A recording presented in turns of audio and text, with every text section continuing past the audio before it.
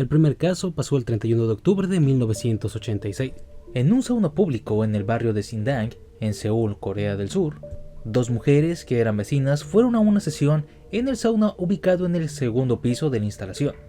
Al finalizar estaban por irse, pero antes una de ellas, llamada Kim Ji-wan, tomó una botella de agua. Al principio no pasó nada, pero al llegar a las escaleras ella sucumbió.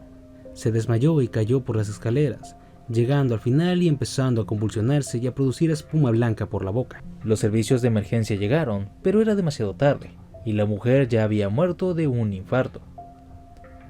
Este caso no pasó a mucho. Realmente no había nada que apuntara a un homicidio, y teniendo en cuenta que su causa de muerte fue un infarto, lo dejaron así. Aunque la policía lograría sacar dos datos bastante importantes. La primera es que la mujer no sufría ninguna afección cardíaca o mental que pudieran provocar el infarto o las convulsiones. Y la segunda era que siempre que salía de su casa, Kim Ji siempre se llevaba un collar y pendientes de diamantes. Collar y pendientes que su cuerpo no tenía. Esto no significaba inherentemente un asesinato, así que la policía puso que alguien había tomado la oportunidad y le robó sus pertenencias a un muerto. El siguiente caso pasó 6 meses después, el 4 de abril de 1987.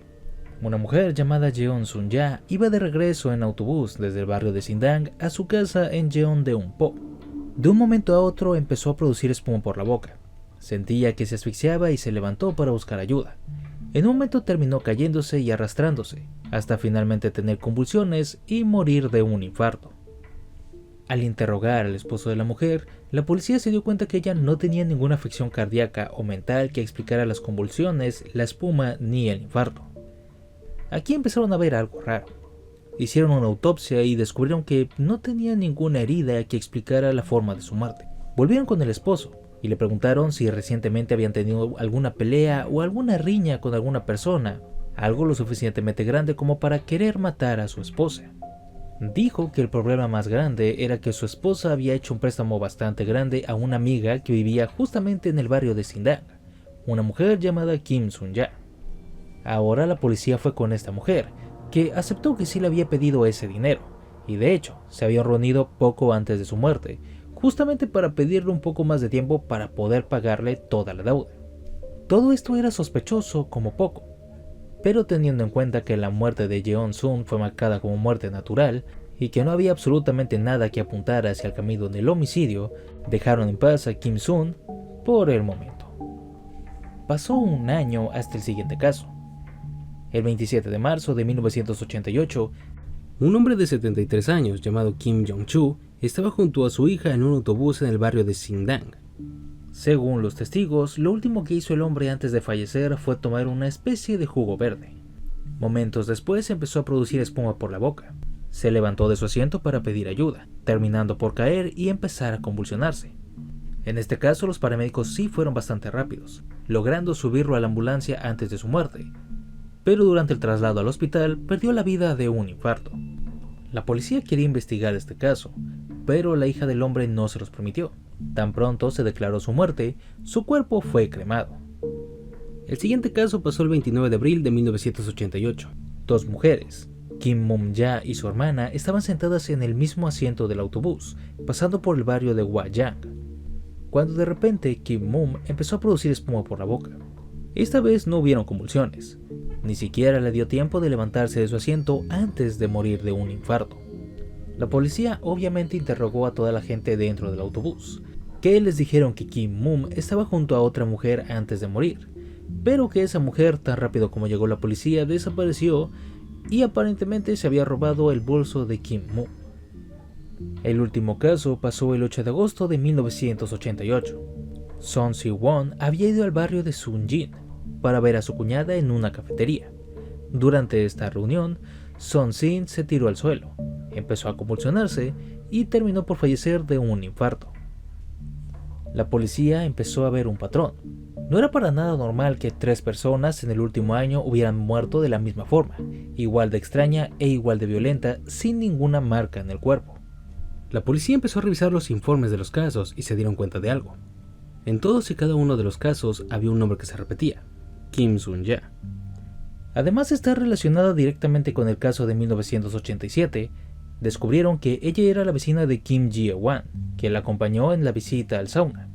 Era la hija de Kim Jong-chul, era la hermana de Kim Moon-ja y era la cuñada de Son Si-won.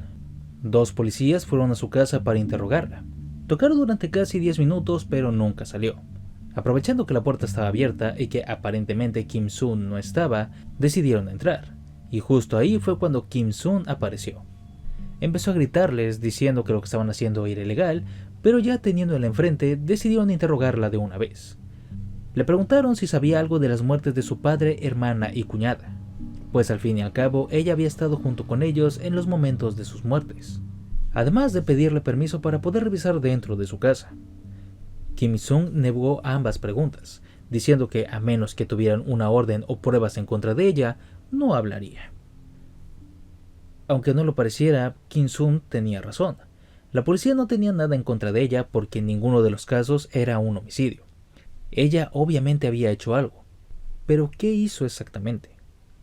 La policía empezó a revisar las investigaciones y las autopsias de cada víctima, buscando cualquier cosa que implicara que esto no eran muertes, sino homicidios. Aquí la policía dio que en los 4 casos faltaba la prueba de toxicología, haciéndola y dando todos los cuerpos positivo para cianuro de potasio. Con esto los casos cambiaban a homicidio, y aunque tenían pruebas circunstanciales, sí tenían las suficientes pruebas contra Kim Sun para hacer un cateo en su casa. Llegó el día del cateo, y al estar muy en contra de que revisaran su casa y ponerse violenta, se la llevaron a la comisaría para hacerlo de forma correcta. En su casa se encontraron libretas de cheques con cantidades fuertes sin firma, libretas con intento de copiar firmas, joyas, bolsos y dinero perteneciente a las víctimas, y por último, detrás de su inodoro se encontró una bolsa con polvo amarillo, que después de una prueba se descubrió que este era cianuro de potasio. Kim Sun-ja era una madre de familia, casada y con 3 hijos, una vida bastante normal, pero escondía un pequeño secreto. Era una ludópata de alto nivel, y que además le encantaba mantener la idea de que ella era una mujer de clase alta, siendo estas 2 las razones por las que empezó a matar. Sus deudas de juegos y compras empezaron a ahogarla, primero con los bancos y después con su familia y amigos, decidiendo por deshacerse de sus deudas matando a estos últimos. A su primer víctima, Kim Ji-won, la mató poniendo un poco de cianuro en una botella de agua, con la idea de vender sus joyas y con ese dinero pagar sus deudas, aunque al final se arrepintió y decidió quedárselas para ella misma. A Jeon Sun-ja le dio un poco de cianuro diluido en té, y la razón es bastante obvia: deshacerse de una deuda. Aquí aceptó que intentó matar a otra persona en febrero de 1988, de la misma forma que a Jeon Sun, diluyendo un poco de cianuro en su té, pero usó muy poco cianuro, haciendo que la mujer solo sufriera un fuerte dolor de estómago. Cuando se tocó el tema de su padre, ella jamás aceptó o negó haberlo envenenado, pero por la forma de su muerte lo más probable es que sí, y se cree que la razón por la que lo hizo era que pensaba que al morir su padre, ella recibiría una cuantiosa herencia que lamentablemente para ambos no existía. Después siguió su hermana, misma razón, una deuda de 10 millones de wones, y de pasada además le robó su bolso.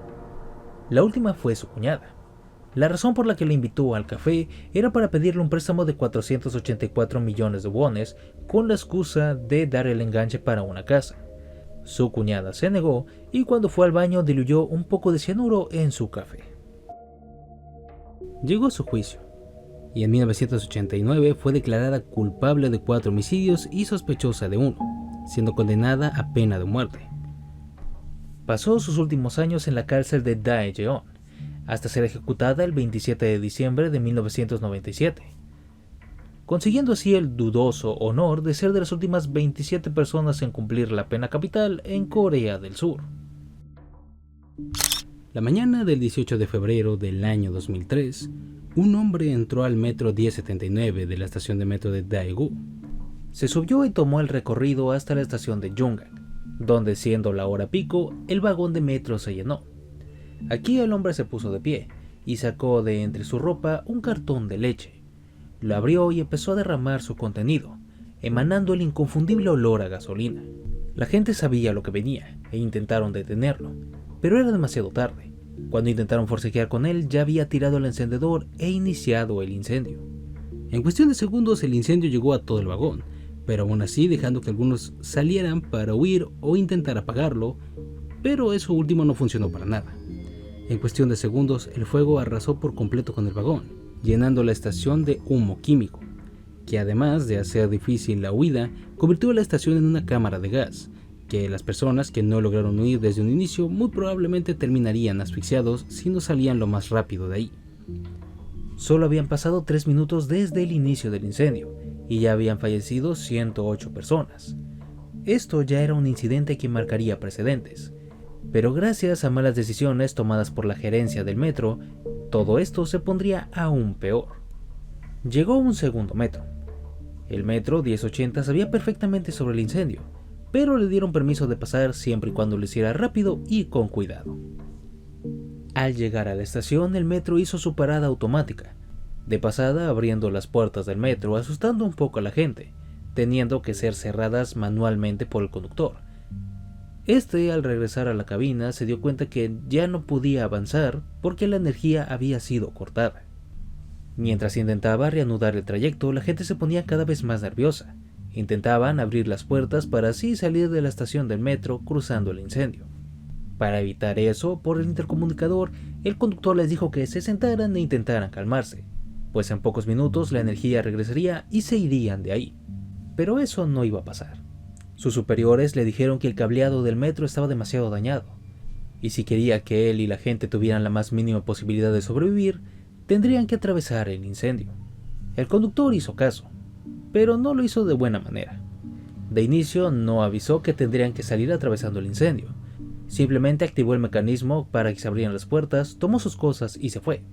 Pero de pasada tomó algo conocido como la llave maestra, que sin ella las baterías internas del metro no dejarían que pasara energía para que se abrieran las puertas, condenando a los pasajeros del metro.